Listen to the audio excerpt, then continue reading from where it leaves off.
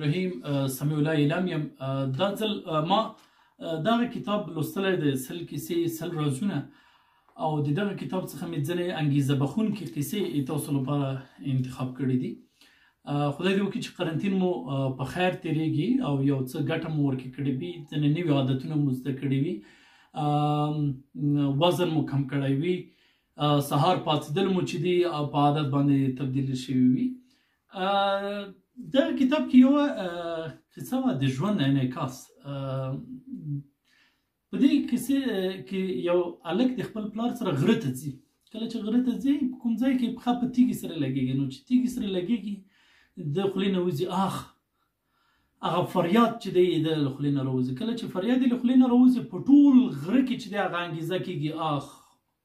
هغه د فریاد چې دی هغه ورسره څه شی کېږي هغه تکرارېږي. نو دا ماشوم خپل پلار ته وایي چې د بل کس څوک و هغه مقابل طرف نه چې غږ وکړ. نو پلار یې ورته وایي چې دا دې ته د غره انعکاس وایي. نو د غره انعکاس او د ژوند انعکاس چې دی دا یو ډول دی. که چېرته په غره کې تا له خولې وځي چې ته اتلې، نو مقابل جانب هم تا ته وایي چې ته اتلې. که ته فریاد وکړې نو مقابل جانب نه هم چې دی هغه فریاد په غره کې چې انعکاس مومي هغه به څه شوي فریاد وي. نو ژوند چې دی دوه اړخونه لري، یا یې چې دی ښه اړخ دی، شین اړخ دی، د هیلو اړخ دی، د ترقۍ اړخ دی، او بل چې دی هغه د بدبختیو دی، د غمونو دی، د تشویشونو دی. نو دا اوس په تا پورې اړه لري. که موږ د خپل ژوند یو ملي بس فکر وکړو، نو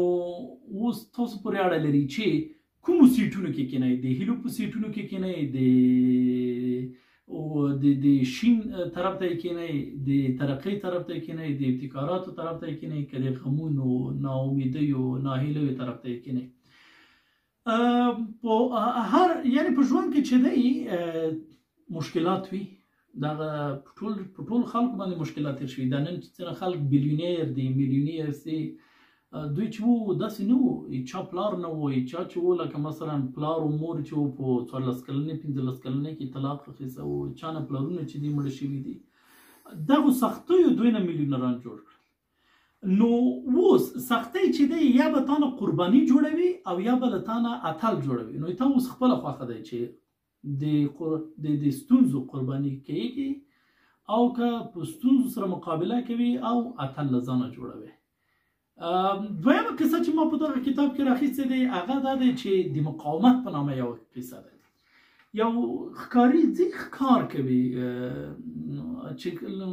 کله راستنېږي نو ماښام دی تیاره کېږي، نو په یو ځای کې په ده باندې یو حیوان حمله کوي. دغه کس چې دی ورسره مقابله کوي، غېږه نیسي، بالاخره چې دی هغه حیوان باندې برلاسی کېږي. خو لکه اوس د ښکاري یو کار دا وي چې د حیوان نه پوستکی وباسه، یا چې د غوښه کور ته راوړه، یا خپله حیوان کور ته راوړه. نو ښکاري چې شی کوي په لاره کې وایي راځه نور خو دا نشم وړلی، تیاره دی، دغه پوست به یې خو راوباسم. پوست یې چې کله راوباسي کور ته یې راوړي، بس کور کې غورځوي.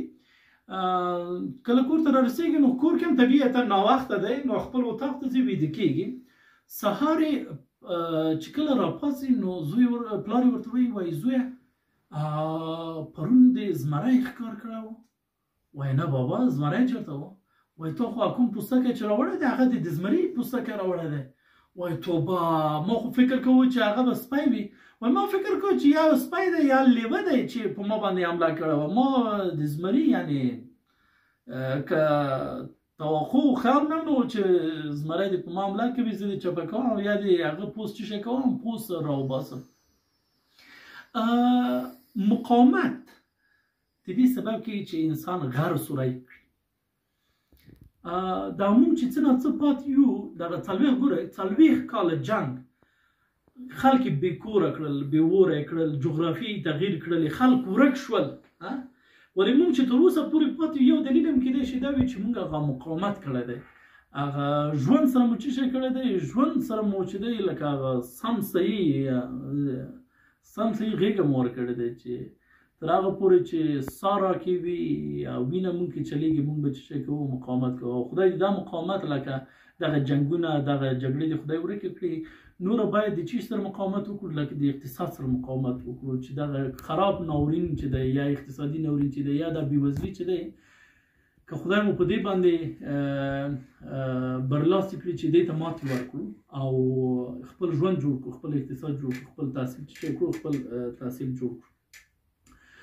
زیات مقاومت کله کله دې سبب کېږي چې ناممکن په ممکن باندې بدل شي یو بله قصه ده هغه په دې کتاب کې نه ما یو بل ځای لوستلې وه چې یو شاګرد صنف ته راځي خو شپه یې ډېره زیاته تېره کړې وي هغه په آخري قطار کې کیني او ویده کېږي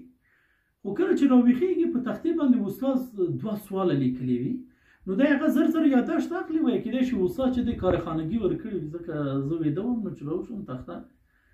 نو دی ځي هغه کارخانګي کې کار کوي بله ورځ چې راځي استاد څه وایي په هغه 2 سوالو کې چې و هغه مې یو حل کړ نو استاد وایي ما خو چاته کارخانګي نه ورکړې وایي بله ورځ چې تختې باندې لیکله وایي نه بابا هغه ما چې شنو لکه شنو وایي نه دغه دی دا وګوره کتابچې کې دی چې دا او وایي ما په هغه ورځ تاسو ټولګیوالو ته وویل چې دغه 2 معادلې چې دي دا حل نه لري دا 2 معادلې حل نه لري او شاګرد چې څه کړو د دغو 2 معادلو کې یوه یې بلکل چې څه کړې وه حل کړې وه نو په یو شي باندې دا کله کله خلک وایي چې وایي شاعرانو ته الهام کېږي شاعرانو ته الهام کېږي یا نه کېږي خو خبره دا ده چې کله چې سړی په یوې موضوع کې ډېر زیات فکر کوي لکه تاسو به کله لیدلی وي کله تاسو په یو موضوع باندې تشویش کوئ په هماغه کې ویده کېږئ ولې په خوب کې هم هماغه شیان درته راځي او که په حل باندې فکر وکړئ خدای پاک هغه حل چې دی تاسو ته په خوب کې راولي نو سهار چې راویښېږئ تاسو له چی سره راویښېږئ له حل سره راویښېږئ نو په کوم شي کې سړی ډېر زیات فکر کوي په هغې په اړه ډېر زیات لوستل کوي د هغې په باره کې ډېر زیات بحث کوي د هغې په اړه چې دی ډېر زیات فلم ګوري ویډیو ګوري نو هغه چې څه کېږي هغه دته په الهام بدلېږي تاسو به ماشومان لیدلی وي ماشومان چې د زیاتره سوچ و فکر وي هغه په شیریني باغو کې وي چاکلیټ کې وي شیریني کې وي پټاسې کې وي نو کله د کورونو کې مورګانې په المارۍ کې ترې پټ کړي توشک لاندې پټ کړي بالښت کې کېږدي خو کله چې ماشوم کوټې ته راننوځي د هغه چاکلیټ خپله ورته سیګنل ورکوي چې زه دلته یم تاسو به مورګانې حیران شي وایي دا مې خو داسې پټ ځای کې ایښي و دا یې له کوم ځای راوویسته نو دا داسې دی چې ماشومان د شیرینیو په باره کې ډېر زیات فکر کوي هماغه دی چې شیرینۍ هم چې دی ورته خپله سیګنل ورکوي چې زه دلته یم نو چې په باره کې چې ته ډېر زیات فکر کوي ډېر زیات هغې باندې بحث کوي ډېر زیات لوستل کوي نو ډیفینټلی هغه تا ته په هغې باره کې به څه شی کېږي الهام کېږي نو ډېر زیاته مننه که دا ویډیو مو خوښه شوې وي او څه انګېزه یې درکړې وي نورو دوستانو سره یې شریکه کړئ او ما ته په کمنټ کې ولیکئ چې نوره په کوم موضوعاتو باندې ویډیوګانې جوړې شي مننه